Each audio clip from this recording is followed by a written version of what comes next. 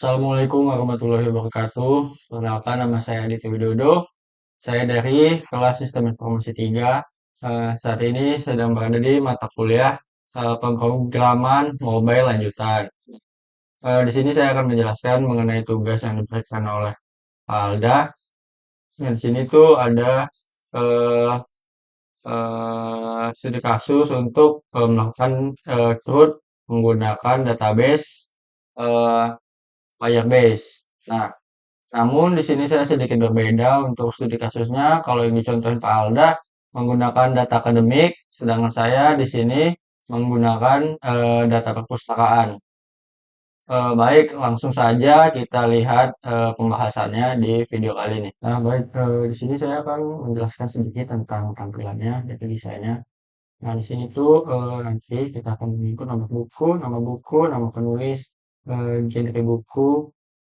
Nah, lalu di sini di bawahnya itu ada tombol, yaitu input, edit, delete, view, dan refresh. Nah, di bagian genre buku, nah di sini tuh nanti kita akan disediakan drop down untuk memilih genre bukunya ya. Nah, lalu di sini saya sudah menyediakan database-nya menggunakan Firebase dengan nama Root Buku. Nah, mungkin kita langsung saja praktek ke eh, HP-nya ya. Misalnya. Oke, baik sekarang kita mulai ya. Sudah muncul tampilan dari handphone saya ke layar. Nah, di situ seperti yang saya jelaskan tadi, ada tampilannya, ada form nama buku, nomor buku, nama penulis, dan genre buku. Selanjutnya kita lihat aja di sini database-nya. Nah, ini kita langsung input aja.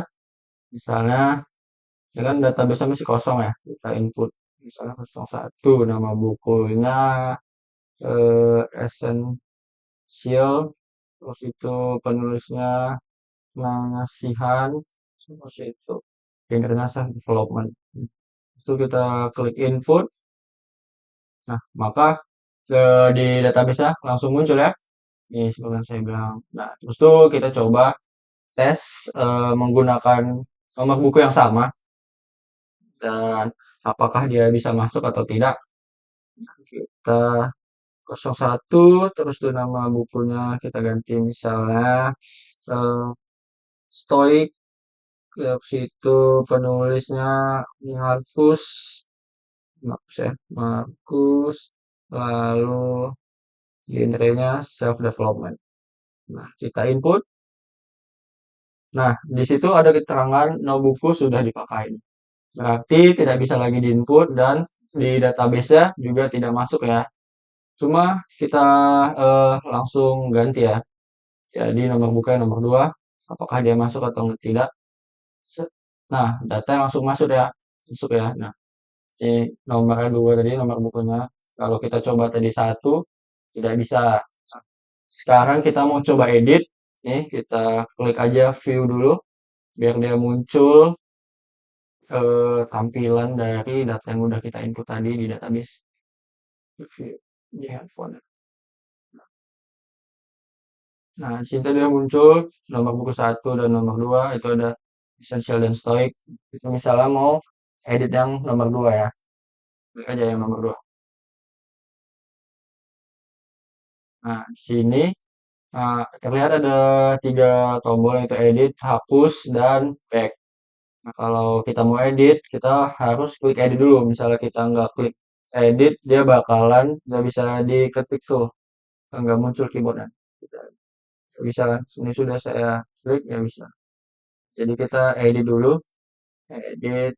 Nah, terus tuh ketika kita klik tombol edit, maka tombol edit tadi berubah menjadi tombol simpan.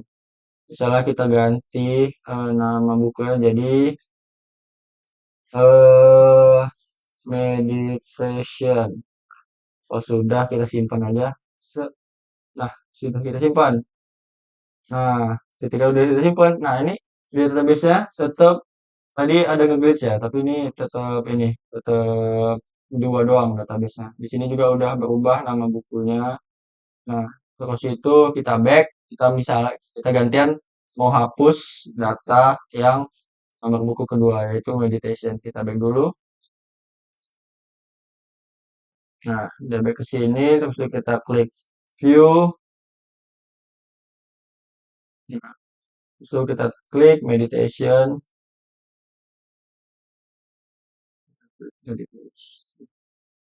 Nah, sudah, lalu kita hapus. Nah, ketika kita klik hapus, tombol hapus, dia bakalan muncul seperti pop-up. Apakah kamu yakin ingin hapus data? Nah, ini untuk mengkonfirmasi agar kita ketika tidak salah klik ya. Jadi misalnya kita cancel, dia batal atau tidak ada batal, maka kita klik hapus saja, yaitu ya, agar data terhapus. Ketika sudah kita klik, nah maka datanya hapus tuh yang kedua. Mungkin segitu saja untuk prakteknya. Lalu di sini saya akan menjelaskan tentang blok kodenya. Oke, baik. Di sini saya akan menjelaskan tentang blok kodenya. Jadi pada studi kasus ini kita menggunakan dua screen, yaitu screen pertama dan screen kedua yaitu read. Nah, di screen pertama ini terdapat apa ya fungsi untuk tombol ininya, tombol inputnya ini. Dan di yang screen kedua read itu terdapat untuk tombol read yang itu nanti menggunakan extension yaitu Colin Tree List View. Terus itu juga di sini ada fungsi untuk edit dan hapus. Nah, jadi dan back juga ada di halaman read ini. Oke, di sini saya akan menjelaskan di screen yang pertama.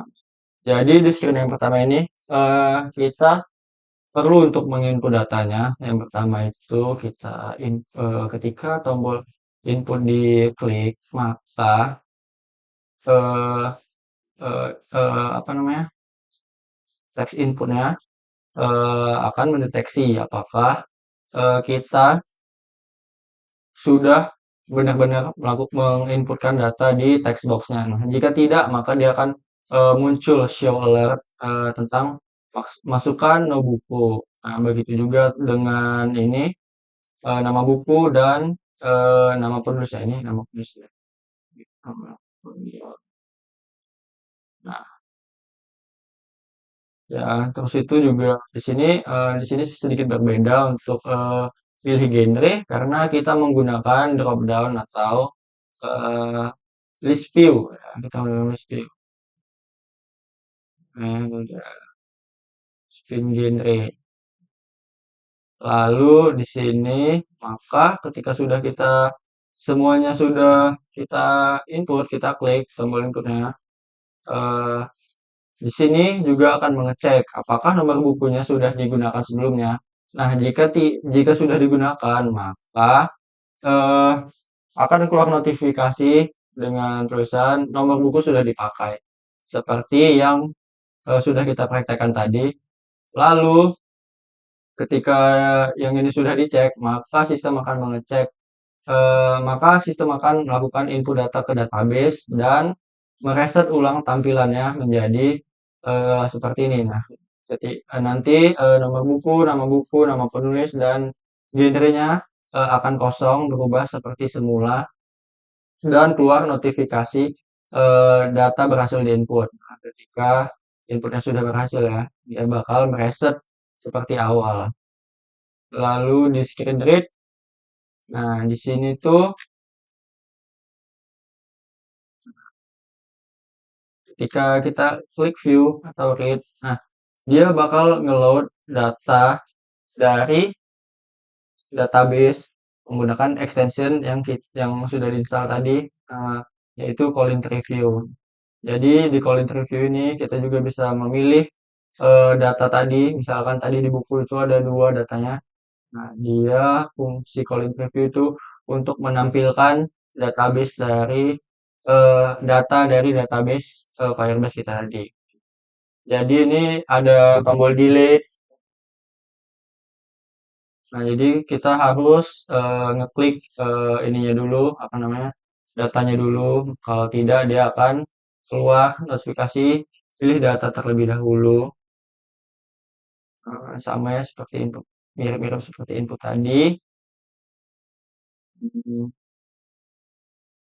Oke, ketika data sudah berhasil kita edit, maka eh, form edit tadi bakal kosong seperti ini, seperti yang di input tadi. Nah, dia akan bersih tuh yang kita input tadi. Lalu di sini ada tombol delete yang seperti saya bilang tadi. Nah, di bagian delete tadi ketika kita klik delete, nah maka dia akan keluar seperti dialog pemberitahuan. Apakah kamu yakin ingin menghapus datanya atau tidak? Nah, seperti itu. Nah, itu blok kodenya itu yang ini ya. Terus itu eh, nah ini sama nih, yang delete ini sama yang ini. Jadi ketika kita klik ya, maka akan keluar notifikasi data berhasil dihapus.